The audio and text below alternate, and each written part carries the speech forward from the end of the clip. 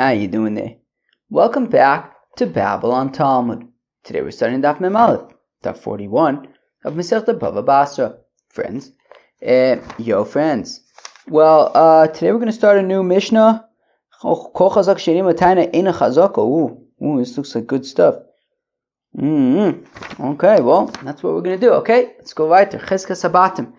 Daf Mem Aleph Mud Aleph. Here we go. Says the Mishnah. We've been seeing this from the beginning of Chizka Sabatim. That a chazake, and as we're going to see on tomorrow's daf, already we're going to start introducing the kind of second kind of chazake, but, right, because as has been coming up, dagnabbit, 1 second. Sorry, Bob. Alright. Anybody know about noses? Like, why would my nose always be so, rubby? Oh, wait, what's going on? Do I need to clean my glasses? Oh, nuts. 1 second. I was cutting up some melon before, and I think some, melon water spritched in my face. The melons in Eretz Yisrael are geschmack right now, Chevra. Very, very, very geschmack. The melon, I bought a few different kinds of melons today, or yesterday, really. The honeydew, I guess, that I bought, it's a little bit too good. I guess if it was almost as if it was overripe, then it would be too sweet. But it was perfectly too sweet that it's like it shouldn't be that good. It's a little bit better than a really, really good melon. It's very, very good. It's it's just don't expect it to be that good. It's a little bit too good. I don't know. But I'm okay with it. Anyways, wait, so okay, where was I? Right, so we have these kind of two kinds of chazakas, right? So, there's the kind of chazaka that's basically in lieu of a shtar, right? You buy a property with a shtar. Eventually, we understand that you might lose that shtar eventually, at which point we can rely on a chazaka.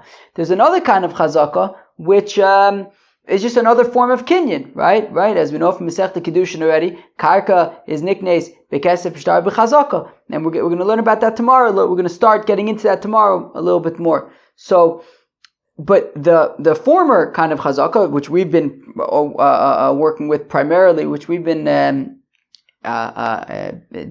learning about primarily, is the one that's in lieu of a shtar, that you've been in a property for 3 years, and you say, look, I bought it from you, I've been here for 3 years. So in that case, the fact that you've been on the property for 3 years is not enough. It has to be with a taina. You have to say, I bought it from you, and I've also been here for 3 years.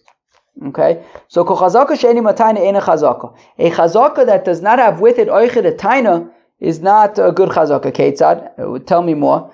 Omar loy ma'ata oise b'soich shali. If Shimon says to Reuven, hey Reuven, what are you doing on my property? Vu Amar, and he says, Vu Amar lo, and Vu Amar lo, and Reuven says, Shalei Amali Adam Dav Mi'alam. What am I doing here? I don't know. I've been here for 3 years. Nobody ever said anything to me. He never claims to have bought it or anything. He's just like, why am I here? Why shouldn't I be here? I don't know. I've just kind of been here for 3 years. Nobody said anything. That doesn't make it his. Ain't a chazaka. That's not a chazaka. But shemachartali, shenasatli b'matone. If Reuven says, what do you mean? Why am I here? You sold it to me, or you gave it to me as a gift, and subsequently I've been living on it for 3 years. Nobody's ever said anything to me. Avicha machrali, avicha nasli b'matone, or your father sold it to me, or your father gave it to me as a gift. Harei zoy chazaka. Then that is a proper chazaka. It has a taina, right? You're saying I've been here for 3 years, and I have a taina. I bought it from you. You gave it to me as a gift. Your father sold it to me. Your father gave it to me as a gift. A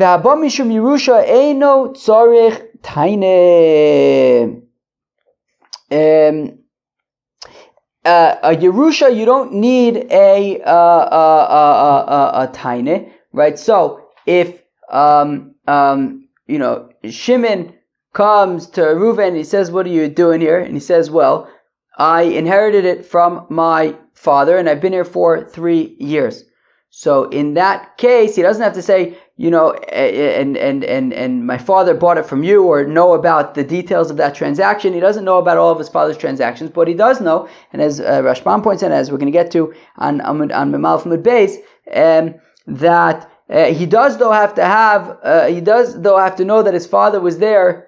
He does have to have witnesses who could testify, I believe, that his father was there. One second. Right, be'edim.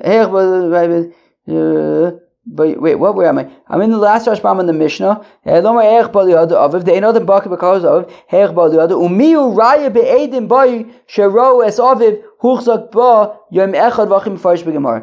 he does though have to, if he's going to say, I've been here 3 years, so he doesn't have to say how his father came to take ownership of it, but he would have to provide witnesses that his father was there for at least 1 day.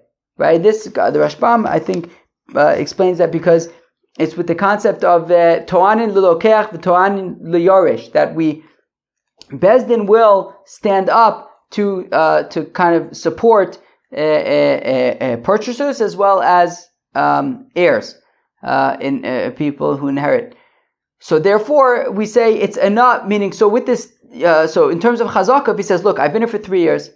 I inherited it from my father. I've been here for 3 years. I don't know how my father, what the terms of his deal was, but I do have witnesses to know that my father had it for at least a day, and I've inherited it from him, and I've been here for 3 years, and nobody said anything." That is enough. Okie dokie. Okay, fine. So, he doesn't need a taina of how exactly his father got it, but he just needs witnesses that his father had it for a day before he died, and that should be enough. And that's enough. As long as he's been here for 3 years, and he has witnesses that he's been here for 3 years, nobody give him a hard time. Pshita. Frekti Gemara, Pshita. A chazaka she'ein ima taina, obviously, it doesn't work. Shimon comes to Reuven and he says, "Reuven, what are you doing on my property?" Reuven's like, "I don't know, I've just been kind of hanging out here, and nobody ever said anything to me." That doesn't mean that it belongs to Reuven. Again, the whole point of this chazaka is that Reuven bought it or received it as a gift. That the point is that it's not Shimon's. Ownership transferred to Reuven. He's been there for a long time. The document got lost. But if he's just kind of saying, "I've been here," that's not a claim of ownership. There's no reason for us to award it to him. So Pshita, obviously, that would not be a chazaka ma'adetema. However, I may have thought, "Hi Gavim Izabin Zabnale, hi Ira." So says the Gemara, well, I may have had a half minute to say that in this case, you know what really happened? Reuven doesn't know all the halachas of chazaka, just like me and probably at least some of the friends on Babylon Talmud. We didn't know the halachas of chazaka either 2 weeks ago. At least not the details. So he knew. We could say that maybe Reuven knew about the concept of chazaka. If I'm here for 3 years, he may not have realized that the whole point of the chazaka is that it's in lieu of a shtar, and that you don't need a shtar if you have a chazaka. And he didn't know all the details of chazaka, and he figured less is more. Better to say less than to say more. He knows that if he's been on the land for 3 years, that's something called the chazaka, and that means that it's his. The less he opens his mouth, the better, as far as he's concerned. And therefore, right, maybe that's what's happening over here. Right, I may have thought to say, I'm reading that again, maybe the truth is Reuven really did buy the property from Shimon, but he just doesn't know all the halachas of chazaka, and therefore he figured, right, v'shtara havale v'irkas, and he did have a document because he bought it from Shimon. There was a document, and it got lost, and it's been 3 years. He has a chazaka. But the reason why all he said was that I've been here for 3 years, but he never mentioned, he didn't make a tiny, he didn't say I bought it from you, is because Savar Iamina Mizabin Zabnali Hayara. Well, because he figured, well, if I say more and I say that I bought it from Shimon, right? If Reuven says to Shimon, I bought it from you and I've been here for 3 years, well then that's going to open up a shtickle can of worms, because then Shimon is going to, Reuven and Shimon is going to say to me, to Reuven, Ach v'shtarcha, show me your document. And Reuven doesn't realize that the whole point of chazakah is that it's instead of this document. He thinks that if I tell them that I bought it, if I tell Shimon that I bought it from him, he's going to now want to see my document. I don't have the document, and then I'm going to lose it. So I figured if I just say less and just say I've been here for 3 years, that should do the trick. So Hilkach Lema Le Onon, so therefore maybe we should try to help out Reuven and say, wait, Reuven, 1 second, you're saying that you've been here for 3 years. Dilma Shtara Havale Loch Ve'irkas, maybe you also have a document? Kigon Zepsach Picha Le'ilen. So maybe we should help him out. We should open up our mouths for a mute, right? Somebody who doesn't know any better. Somebody, right? Maybe really Reuven did legitimately buy this property from Shimon, but he's not saying so because he doesn't realize the halachas of chazakah, and he thinks that if he makes the claim, the true claim that he bought it from Shimon, Shimon's going to want to see his document, and he doesn't have the document. He thinks that then he's going to get in more trouble. He's going to get in trouble. He's going to lose the field. He figures I won't open up that can of worms. I'll just say I've been here for 3 years. He doesn't realize that that's not actually that actually he's going to lose his field that way because he's not making a taina. So we might think that we should help him out. Kamash Mila, no. Look, if he says it on his own, right there, that he has this document, and that I think even if he says later on the reason, if he clarifies and says the reason why I didn't say because I thought then you would ask for the document. I don't have it, whatever.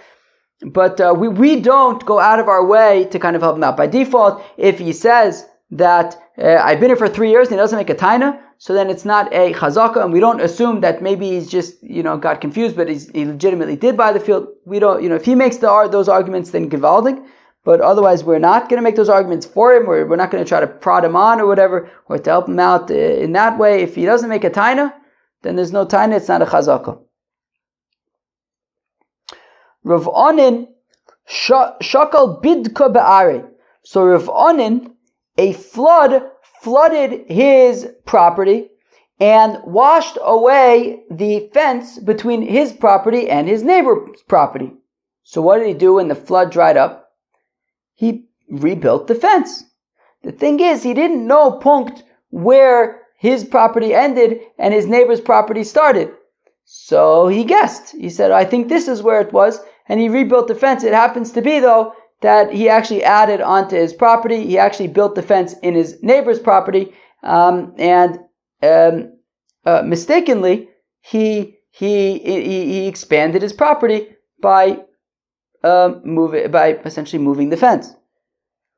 So Ozal Hadar Guda, but where am I? So Rav Anan Shako Bitka Ba'are. So Rav Anan, I'm reading that again. Rav Anan, a flooded his property and washed away the fence between his property and his neighbors. Ozal Hadar Guda Ba'are Dechaver. And then he went and reconstructed the fence, but he did so in his neighbor's property. Also Lakame de Rav Nachman. So now the case came before Rav Nachman. Amalei Zil Hadar.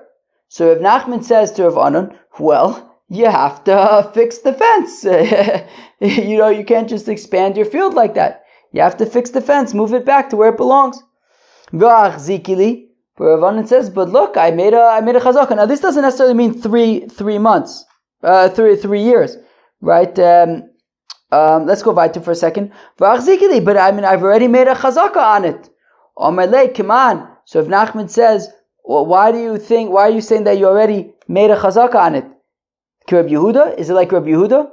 Rabbi Shmuel? Like Rabbi Shmuel? Right, that Rabbi Yehuda, remember we had Rabbi Yehuda the other day, that when we say 3 years, it's only, if the guy's in Spain, then it's 3 years. But if the guy's close by, then it could be right away. And here we're talking about his neighbor. So from the fact that his neighbor didn't say anything, so immediately it could be a chazakah. So why should I have to give it back?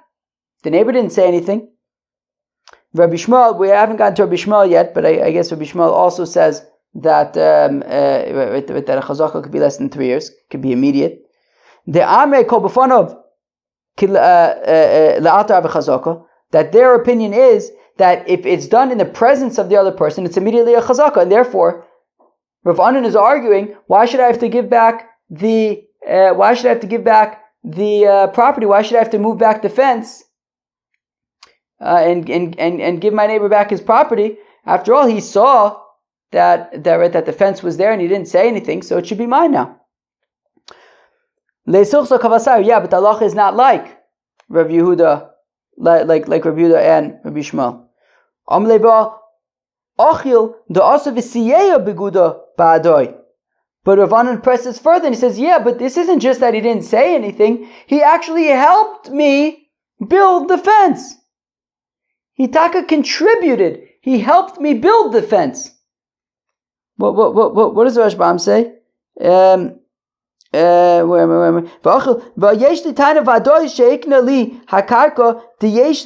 I'm like 5 lines from the Ram the Rashbam.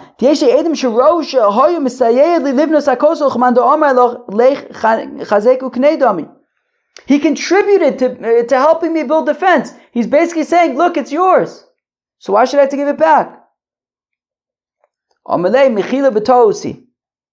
So Rav Nachman says, well, yeah, but he did that by accident.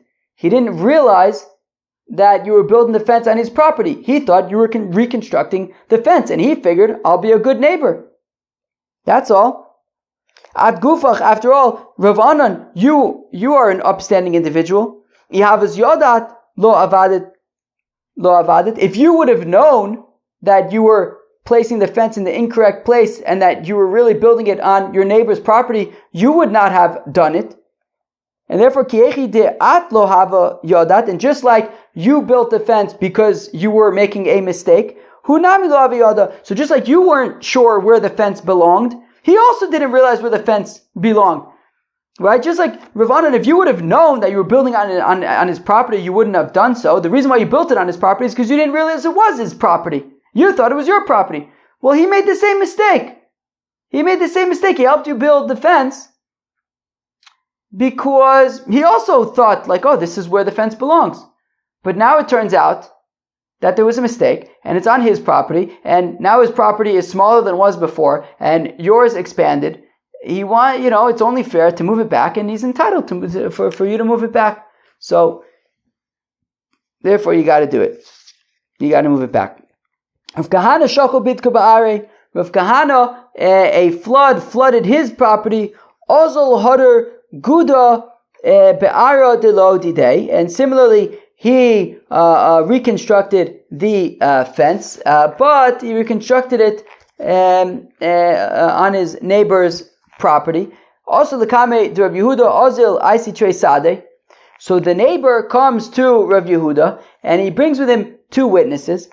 Chad Omar Tate Otsaisa Ol, Vichad Omar Tlos Otsaisa Ol. So the neighbor brought 2 witnesses. One of those witnesses said that Rav Kahana built the fence 2 rows deep into the neighbor's property, and the other witness said it was 3 rows deep into the neighbor's property. So what's interesting is that you have 2 witnesses testifying together, but they're giving different testimonies. So let's talk about that.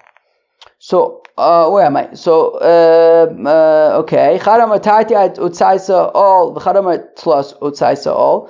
Omar lei zil shlim tarte migo tlos. So Rav Yehuda says to Rav Kahana, well, pay back the neighbor 2 rows worth. Right? One of them says it's 2 rows worth into his property. The other one says 3 rows worth. So you have to at least move it back by 2 rows, right? Meaning, because both witnesses, even though they're saying 2 different things, one's saying 2, one's saying 3, but they both do. Ultimately, the lowest common denominator is 2, so at least give him back 2 rows. Where am I? So Amalei Zil Shlim Tarte Migo Tla. So Rav Yehuda says at least give him back 2 out of the potential 3 rows. Amalei Kiman. And Rav Kahana says, why are you poskening like this? As opposed to saying, we have 2 witnesses here. They're saying 2 different 3s. What? That's hilarious. 2 different 3s. Wow. That was some kind of amazing Freudian slip.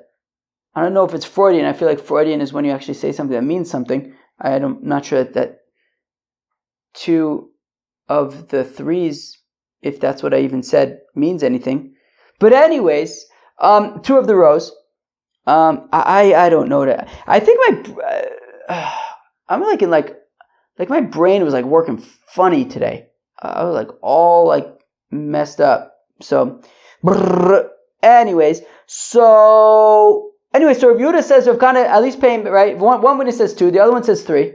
So the common denominator is 2. So Rav Yehuda says to Rav Kana, you have to give him back at least 2 rows worth of property. And Rav Kana says, why are you saying so? Because the other way to potentially treat it is that you have 2 witnesses who are saying different things and they're contradicting each other. Throw the whole thing out. So Amarle, I said Amarle because the Ghost of Tzionim adds it.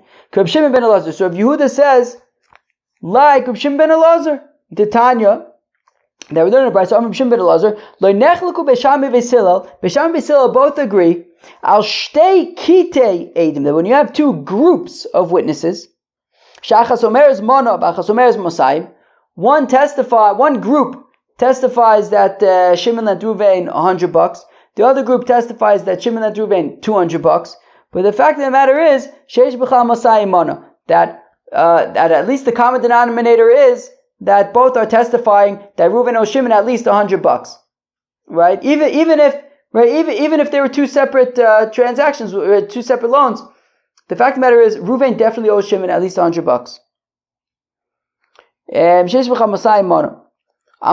But where do they argue? Al kas achas. If it's one group of witnesses, you just have 2 witnesses. One of them is saying that the loan was for 100. The other one says the loan was for 200. So Beis Shammai omim nechlika edusan. Beis Shammai says, well, they're testifying about 2 different things. You have one group. One person says about this. The other one says testifying about that. Right? 2 different loans apparently. They can't be. You throw them out.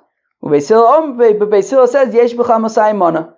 Beis Hillel says that 100 is included in 200, meaning the lowest the common denominator is 100, and therefore their testimony is acceptable, and therefore we will apply the same thing here. The neighbor brought 2 witnesses. One said it was 2 rows deep. The other one says 3 rows deep. The common denominator is 2 rows. So move back your fence 2 rows. Rav Kana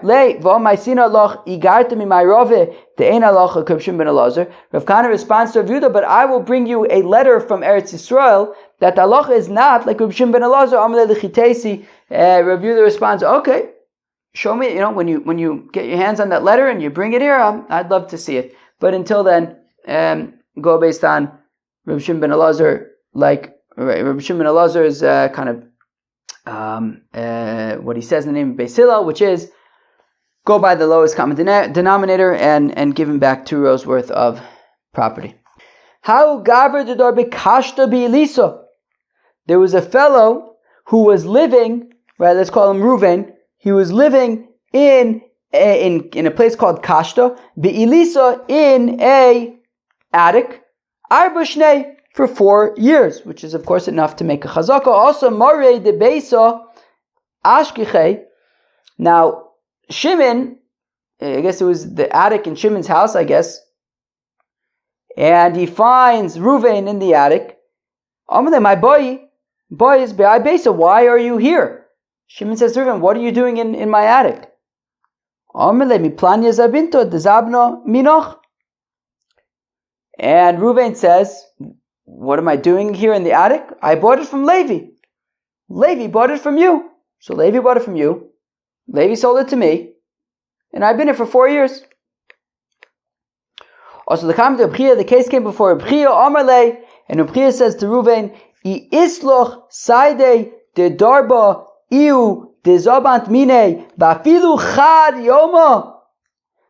So Reb Chia says to Reuven, if you could bring witnesses that Levi lived in this, I guess in this attic, for at least just 1 day, Yosivna, where am I? Ukimna lach bi yadach, then it's yours. Okay? So Shimon says to Reuven, what are you doing in my attic? Reuven says, I bought it from Levi. Levi bought it from you, and I've been here for 3 years. So the question is, Reuven's whole claim hinges on Levi actually having bought it from Shimon. Because if Levi didn't buy it from Shimon, then his whole thing falls apart. Right? Then it's chazaka sheni matayna. The time is gone. So the missing link here is that we have to find a way to confirm that Levi in fact bought it from Shimon. Once we know that Levi bought it from Shimon, well then Reuven is saying that he bought it from Levi and he has a chazakah. So, says Reb Chia, so long as Reuven could find witnesses that Levi was in that attic for even just one day, that's enough that we'll accept that as enough evidence that Shimon sold it to Levi. And then Reuven makes a taina that I bought it from Levi and I've been here for 3 years. But if you can't find those witnesses about one day, so then it's a chazaka sheni mataina, because your whole chazaka it hinges on the fact he bought it from Levi and that it belonged to Levi and that it was Levi's to sell to you. But if you can't prove that, well then it kind of falls apart. Amar Rab says, I was sitting before Habibi, which is the way that Rab, which is how Rab refers to, or sometimes refers to his uncle Reb Chia. And I said to Reb Chia, V'chi ein adam osui likach v'limkor balayla. So Rav asks Reb Chia, why must Reuven bring witnesses that Levi was there for a full day? Let's say Levi is like he does deals. Levi's like a deals guy. It's possible that he picked up this attic and offloaded it all in one night. He found out that Shimon was selling an attic. Levi's like, all right, great, I'll take it. He buys it, immediately flips it for a profit, sells it to Reuven, in which case there won't be any witnesses that Reuven was living there, that Levi was living there for a day. He never did. He bought it, as a way to kind of flip it for a profit. So in that case, Reuven's basically stuck. That's what Rav asks Reb Chia, because Reb Chia said that in order for Reuven's taina to work, that he has a chazaka and that he bought it from Levi, he bought it from Shimon, Reb Chia said that Reuven has to bring witnesses that Levi lived there for a day. But maybe Levi did legitimately buy it from Shimon and sell it to Reuven, but never actually lived there for a day. Okay, we don't seem to answer that question. And then continues Rav, and he says about Reb Chia's opinion, v'chazita l'daite, and I understand that according to Reb Chia, I omarle kamoi didi zabno minoch mehemon, that if Reuven would initially make the taina to Shimon and say, I bought it from Levi, and I was there when Levi bought it from you. So he's making a claim, not just that he bought it from Levi, who bought it from Shimon, but he's claiming, I know for a fact that Levi bought it from you, Shimon, and then I bought it from Levi, and I've been here for 3 years. Migo, the ibayi omale ono zabno minoch. Well, because since if he wanted to lie already, he could just say, I bought it from you, and I've been here for 3 years, and that would be a proper chazaka. So from the fact that he's saying another thing, which if it were true, would be valid, which is, I bought it from Levi, Levi bought it from you, and I've been here for 3 years. If that's in fact true, it's completely valid. The question is, how do we know that it's true? Well, if he was lying, he could have just said that he bought it from Shimon. Instead, he said that he bought it from Levi, and that he was there when Levi bought it from Shimon. So if that's the case, we could we would believe that as well. Amar Rava says, Rava kavasu debchia mistavro, says Rava that it makes sense that the halacha is like Reb Chia de Katani, because after all, our Mishnah says habamishim Yerusha eno tzarich taina. That it says in our Mishnah that a son who inherits his father and has been there for 3 years doesn't need to know how his father bought it. But tainu boy, he doesn't need to be able to make a taina. He doesn't need to be able to say how his father bought it. But haraya boy, but he would need to bring some kind of a proof that his father lived there for 1 day. So he wouldn't have to have all the details about how his father bought it. But he would have to have proof that his father was there for a day, just like Reb Chia said that this guy, that Reuven in the attic, would have to have proof that Levi was there for a day. V'dilma lo raya boy v'lo taina boy, but maybe that's not such a good proof from our Mishnah, because maybe actually by inheritance, maybe you don't need anything. Maybe you don't need a taina, maybe you don't need to know how your father got it, but also maybe you also don't need to bring proof that your father was there for a day even, maybe. Alternatively, shiny lokeach, you could say that fine. Maybe by a yoresh, you would have to have proof that that the father lived on the property for a day, but maybe I can argue that shiny lokeach, but by a purchaser, you would not need proof that Reuven would not need proof that Levi was there for a day, because Deloshdi Zuze Bichdi, Reuven wouldn't spend money buying this attic from Levi unless he knew for sure that it belonged to Levi. So I can argue that when Reuven says, I bought it from Levi, Levi bought it from you, he did his due diligence to know that Levi bought it from Shimon, because otherwise he would not have paid money to Levi for this property when there was a chance that it could have been snatched from him. So therefore, I could argue potentially that even though by Yerusha, you would have to have proof that your father had it for a day, I could argue that by a purchaser, maybe Reuven doesn't have to bring proof at all that Levi was there for a day, because we can assume that he would make sure before he purchased the property, he would do due diligence to make sure that Levi did in fact buy it from Shimon. What if Levi was simply seen on the property? He was seen on the property, right? We don't necessarily know he lived there for a day, but he was seen touring the property. So Abayi says, okay, that's enough just to see him on the property. Viewing the property would be enough to assume that it belongs to Levi. Rava Omar of an Inish Desir Ari Velozavim, whereas Rava says no, that would not be enough, because people could look at properties without buying them. So just the fact that Levi was on the property is not enough to assume that he purchased the property. You'd actually have to have witnesses that he actually lived on the property for a day. Cheve, that was the Mem Aleph of Masechta BavaBasra. There was some pretty interesting stuff on today's daf. We finally saw the Mishnah of Kol Chazaka She'ein Ima Taina Eina Chazaka, which is very interesting. So the concept of Yesh B'cha Masai Mana, which was also interesting. The Machlokas Beisham and Beisila there. And then at the end we got to this concept of having witnesses, right, that Levi was there for at least one day, or by Yerusha that the father was there for at least one day, that being enough to be able to trust Reuven that and his chazaka when he says that I got it from Levi, you bought it from Shimon. If you can bring witnesses that Levi was there for a day, that would be enough. Also very interesting. Peace out.